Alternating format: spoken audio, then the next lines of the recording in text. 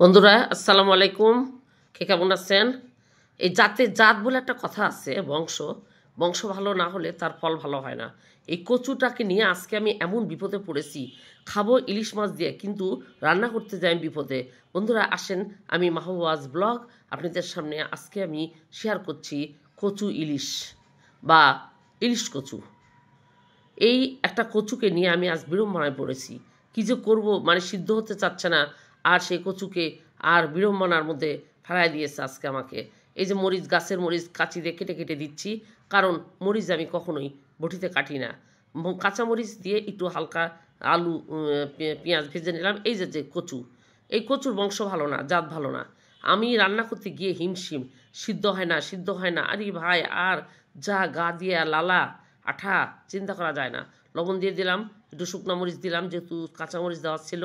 তারপরেও শুকনো মরিচ একটু দিলাম, হলুদ দিলাম, আর বিভিন্ন মশলা, একটু রসুন বাটা একটু দিয়ে দেবো, কিছুক্ষণ পর আদা বাটা, তারপরে আর একটু দিয়ে দেবো জিরা বাটা, আবার একটু রসুন বাটা দিব। মনে হলো যে রসুনটা কম হচ্ছে, দিয়ে দিলাম আবার একটু। এখন আমি এটাকে কষাবো। দেখেন কীরকম লালা বের হচ্ছে। আমার তখনই ভয় লাগছিল যে এর মধ্যে আর কিছু দিব কি না, কচুটাকে সিদ্ধ করে নিই তারপরে কথাবার্তা। এমন কচু কচু বলতেই মানে এদের অভ্যাস খারাপ, হয় মুখ চুলকাবে, নাহলে সিদ্ধ হবে না, বিভিন্ন ঝামেলা। তাছাড়া তো কেনা কচু, আমার গাছের না। আমার বাগানের হলে আমি নিশ্চিতভাবে বলতে পারতাম।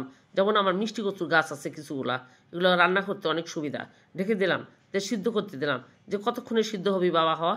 হতে হতে দেখা যাবে যে এক সময় ওর একটা ব্যবস্থা হবে। এই যে দেখেন সিদ্ধ হয়নি, শক্ত ধরে আছে, দেখছেন স্লিপ করছে কেমন। তারপরে আবার আবার দেখলাম না, কোনোভাবেই সম্ভব না। তারপরে আবার ঢাকনা তুললাম এবং ঢাকনা তুলে একে ঢেকে দিলাম। কি করবো আর, বারবার তুলছি আর ঢাকছি, ঢাকছি আর তুলছি। তো কি করি, ভাবলাম যে ঝোলই দিয়ে দিই একবারে, কারণ এর মধ্যে আরেকটা তরকারি থাকবে। ওকে সিদ্ধ না করলে আমি এই অবস্থায় অন্য কিছু করতে পারবো না। তো একদম পুরো ঝোল দিয়ে দিলাম, ঝোল দিয়ে ঢেকে দিলাম। এই দেখেন বলক উঠলো, মানে বয়েল হলো। দিয়ে দিলাম আমার গাছের কয়েকটা ঝিঙ্গা, কারণ ঝিঙ্গা কয়েকটা ছিল, এটা কার সাথে খাবো চিন্তা করছি। তো দেখলাম কচুর সাথে খুব মানাবে। বেগুন তুলতে গিয়ে আমি ঝিঙ্গা তুলে নিয়ে এসেছি, বেগুন ছিল না গাছে, ছোটো হয়ে আছে বেগুন। তারপরে ঢেকে দিলাম। ঢেকে দেওয়ার পর তারপরে ফুটে উঠলো পানিটা, ঝোলটা ফুটে উঠেছে। তারপরে আমি এই যে ইলিশের 3টা পিস, আমি ইলিশের মাথা আমার খুব পছন্দ, আমি মাথাটা আস্ত রেখে দিই, একটু বড় করে কেটেছি দেখেন। আর আমি নিজেই কেটেছি মাছ।